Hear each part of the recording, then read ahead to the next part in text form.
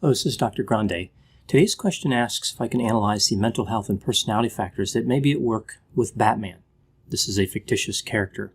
Another question here is, can I take a look at the trailer for the new Batman movie called The Batman?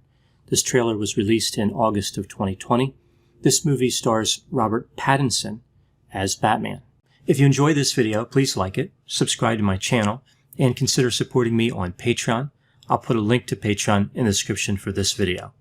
So he'll be taking a look at the character Batman. Of course, this character, as I mentioned, is fictitious. I'm not analyzing the actors that play the various roles in these movies. The character Batman has existed for a long time, starting in the comics in 1939. He has been referred to by other names as well, like the Dark Knight, the World's Greatest Detective, and the Caped Crusader. Batman's secret identity is Bruce Wayne, an exceedingly wealthy resident of Gotham City. He owns Wayne Enterprises. The public doesn't know that Bruce Wayne is Batman. Throughout the character's development, it's not really clear if Batman represents the identity of the character and Bruce Wayne is an act, or if it's the other way around. But I would argue that the real expression of the person is Batman and Bruce Wayne is a facade, although both contain genuine components. Batman does not have any supernatural powers in terms of physical strength or the ability to fire laser beams from his eyes like Superman, so no real superpowers, although he does have preternatural powers.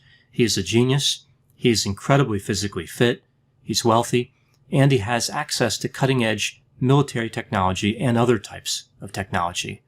Now, as I talk about Batman, I'm really focusing on Batman from the movies.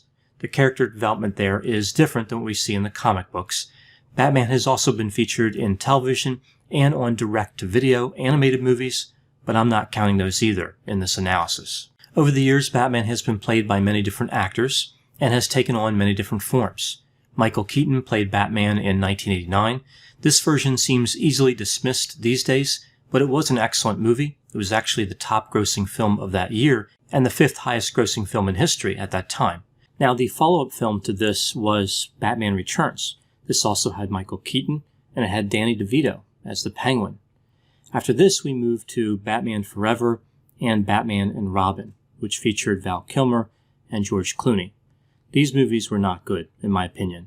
I think that Kilmer and Clooney have their moments in terms of their acting talent, but the Batman character really wasn't a good fit for them. The movie Batman Begins was released in 2005 with Christian Bale playing Batman. I think this was a pretty good movie. 3 years later, The Dark Knight was released. I would argue this is actually the best Batman movie. They retained Christian Bale as Batman and, of course, brought in Heath Ledger as Joker. In 2012, The Dark Knight Rises was released. It was an okay movie. Not great, but not bad either. I think it was better than the one starring Kilmer and Clooney. Ben Affleck would play the Caped Crusader in Batman vs. Superman, Dawn of Justice in 2016, and again in 2017 in the movie Justice League. I thought that Ben Affleck did an okay job as Bruce Wayne, but I really didn't like him as Batman. After these movies, of course, we come to the trailer for the movie The Batman. The film is scheduled to be released in 2021. Because at the time I'm making this video, the trailer is the only thing that's available, it doesn't really add a lot of value to the mental health and personality analysis. Mostly, I'm aligning personality factors based on just 3 of the Batman versions, the ones played by Michael Keaton, Christian Bale, and Ben Affleck. I'm still trying to forget the versions played by Val Kilmer and George Clooney. When conceptualizing personality, I will run under the assumption that Batman is the central character and Bruce Wayne is an act. I like to use the 5-factor model when looking at personality. I remember the 5 factors through the acronym OCEAN: openness to experience, conscientiousness, extroversion, agreeableness, and neuroticism. So Batman has high openness to experience. We see this mostly expressed through Bruce Wayne, an appreciation for art, creativity, intellectual curiosity, and perhaps experiencing emotions a bit too intensely. Conscientiousness is interesting here with Batman. Batman can be a bit impulsive, but Bruce Wayne is highly conscientious. He is productive, hardworking, organized, so in this trait we really see a separation between Batman and Bruce Wayne. Extroversion is another trait where we see a split. Batman may be assertive, but in most every other way he is low in extroversion. He's good at analytical thinking, he's not talkative, not friendly, and he has few positive emotions. He's really not outgoing either. Attacking people does not count as outgoing. And even though he's involved in a lot of stimulating activities, he doesn't appear to be sensation-seeking. He fights crime because he feels obligated to, not necessarily for the thrill.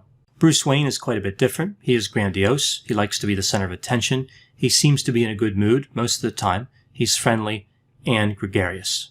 When first taking a look at agreeableness, Batman seems to be low in this trait. He's beating up on criminals frequently. However, his lack of empathy, distrust, and disregard for people's well-being is really only directed at criminals. I think Batman is really mid-range on agreeableness overall. He is altruistic toward most of the population of Gotham City, and he does want to cooperate with them to achieve positive outcomes. Bruce Wayne, of course, would be higher in agreeableness, although he is less straightforward than Batman. I think he really has to be because he's trying to protect that true identity. That brings us to the last trait, neuroticism. Like many superhero-type figures, Batman is extremely calm, but seems to have anger management issues and is depressed. So overall, mid-range. Bruce Wayne, however, is low in neuroticism. He doesn't seem self-conscious, vulnerable, depressed, and he's quite calm most of the time. Putting it all together, Bruce Wayne is like a subclinical Factor 1 psychopath. He's charming, grandiose, manipulative, fearless, and dominant, whereas Batman is a little bit more like a Factor 2 psychopath, impulsive and violent, although he certainly retains the fearlessness from Factor 1 psychopathy. As far as mental health, there have been a number of theories about Batman. Just to name a few, people have said he has antisocial personality disorder, narcissistic personality disorder, major depressive disorder, bipolar disorder, post-traumatic stress disorder, and dissociative identity disorder. Interestingly, I think one could make an argument for depression and post-traumatic stress disorder for Batman, and maybe narcissistic personality disorder specifically in the case of Bruce Wayne. But of course, any behavior from Bruce Wayne doesn't really count because that's a persona that Batman uses to protect his identity. So Batman, again, is just playing a role when he's acting like Bruce Wayne. I don't really see any alignment here between Batman's behavior and these other disorders. He may have some features of these disorders, but it doesn't seem like they really rise to the level where he could be diagnosed if he was treated by a mental health professional. For example, there's no evidence of conduct disorder symptoms before the age of 15, so antisocial personality disorder doesn't seem to be a good fit. Although strictly based on the symptom criteria, he may qualify because we do see repeated criminal behavior, even if he thinks it's for the good of people. He's impulsive and, of course, aggressive. I don't really see Batman as having bipolar disorder either because the mania is missing. He does have a lot of energy, but that high energy is on demand. Like he has it when he needs it. It's not like he has a lot of energy and then he has to respond to that by acting out, by going out and assaulting criminals. Also, even though he may be energetic, he doesn't seem to be euphoric. He's not really having a great time when he's fighting crime. Now, dissociative identity disorder is nothing like Batman. Batman is fully aware that he is also Bruce Wayne and fully in control of that identity, right? So I don't really see hardly any alignment with that one. As I mentioned, depression is a real possibility. Batman doesn't seem to get much enjoyment out of different activities. He's melancholy. His mood seems to be low. What's missing here would be an episodic nature. Batman's depression doesn't really seem to cycle out of his control. So maybe there's something like persistent depressive disorder happening here. A low-grade depression that stays around a while instead of an episodic depression like we would see with major depressive disorder. As far as post-traumatic stress disorder, he does have a qualifying trauma when he was young. He witnessed his parents being murdered. He does seem to re-experience that event. He also has a feeling of detachment from other people, a persistent negative emotional state, sleep disturbance, irritability, and he does have a physiological reaction when exposed to internal or external cues that symbolize that traumatic event. One important thing he's missing, though, is avoidant behavior. He doesn't avoid the memory of the traumatic event or external reminders of that event. Obviously, this is a fictional character, so there's no expectation of a great alignment with reality. But I think PTSD actually explains much of his behavior. So there's a fairly good alignment there. Again, it's just missing that key piece of avoidance. So kind of looking at everything, Batman appears to have some psychopathic tendencies. He is a bit narcissistic. He's persistently depressed at a mild to moderate level, and has quite a few of the post-traumatic stress disorder symptoms. So now moving from the analysis of Batman to the trailer for the movie The Batman. Like most trailers, it's not always easy to put the story together. Not only does it reveal a limited amount of information, it's not clear that the order of the scenes in the trailer match the order of the scenes in the movie. The movie represented in this trailer appears to be particularly dark, not just in the aggressive tone, like the level of violence, but the images were actually dark too. They didn't have a lot of lighting, which is something we've seen before in Batman movies. From what I understand, this version of Batman is young, around 30 years old. He's in his second year of being Batman, and at least in the beginning of the trailer, it appears as though he has a good relationship with the Gotham Police Department. He is seen talking to James Gordon, who is not the commissioner yet in the scenes we see in the trailer.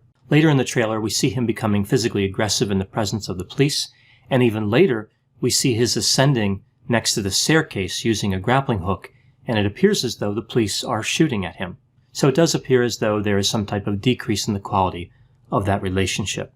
If you're getting along well with people, they're typically not shooting at you, right? So that's a bad sign. It appears as though the Gotham Police Department is trying to solve a murder mystery here in this movie, one perhaps caused by the Riddler, although we do see other characters in the movie like the Penguin and Catwoman. In one scene, it looks like they're having a memorial service for the mayor, and then there's this attack with a car running through the place. It appears as though the Riddler is trying to expose corruption or otherwise trying to get Batman's attention. This is not an origin story, but as the murder mystery is explored, maybe there is some type of connection to Batman's origin. So again, we see a Batman movie where he's trying to find something out about himself. He's trying to figure out who he is, which I think is consistent with him being in the second year of crime fighting. So this seems like a good match. As far as Batman's behavior, we see that he's wearing eyeshadow, which of course he was in other movies too. They just never showed that with the mask off. So I guess at this point, he hasn't invented Batman's strength makeup remover. We also see an unnecessarily violent Batman in one scene. Now, Batman's always been aggressive, but here we see he punches an assailant twice, beyond what was required to incapacitate him. And he also says here, "I'm vengeance," instead of the expected line, "I'm Batman," again indicating a greater level of aggression. Overall, this Batman does seem to be more impulsive, darker, more aggressive, and grittier than previous versions. I think that all movie franchises go through a cycle. They're trying to find what audiences want. A popular direction seems to be making the movies darker, so essentially making the characters less restrained, more combative, and more flawed. I always find it interesting how darker movies are regarded initially as better somehow, like an improvement over what was done in the past. Like the missing ingredient from all action movies is the movie was not dark enough. We saw the same thing in the character Joker played by Joaquin Phoenix, a really melancholy and depressing movie without a lot of action. It was regarded by many as a classic. I really didn't like it that much. I would like to see a move to more intelligent characters. I think one of Batman's greatest abilities is his ability to figure things out. Again, the world's greatest detective. So in that way, it could be that even though this movie is grittier, perhaps simultaneously, it's moving back to Batman's detective abilities. He's trying to solve a series of riddles to expose this high-level and pervasive corruption. So even though I'm not necessarily thrilled with the idea of a more melancholic film, I like the murder mystery aspect and look forward to what they're going to do here with this story. If it was just a darker story, that would be really disappointing. Darker movies aren't necessarily better. There's no reason to believe they are more intellectual. As far as being realistic, Batman is not realistic. No matter how macabre and morose they make him, he's still a billionaire who dresses up as a bat. There's a limit on how realistic that's ever going to be. Those are my thoughts on Batman and the Batman movie trailer. Please put any opinions and thoughts in the comment section. They always generate an interesting dialogue. As always, I hope you found my analysis of this topic to be interesting. Thanks for watching.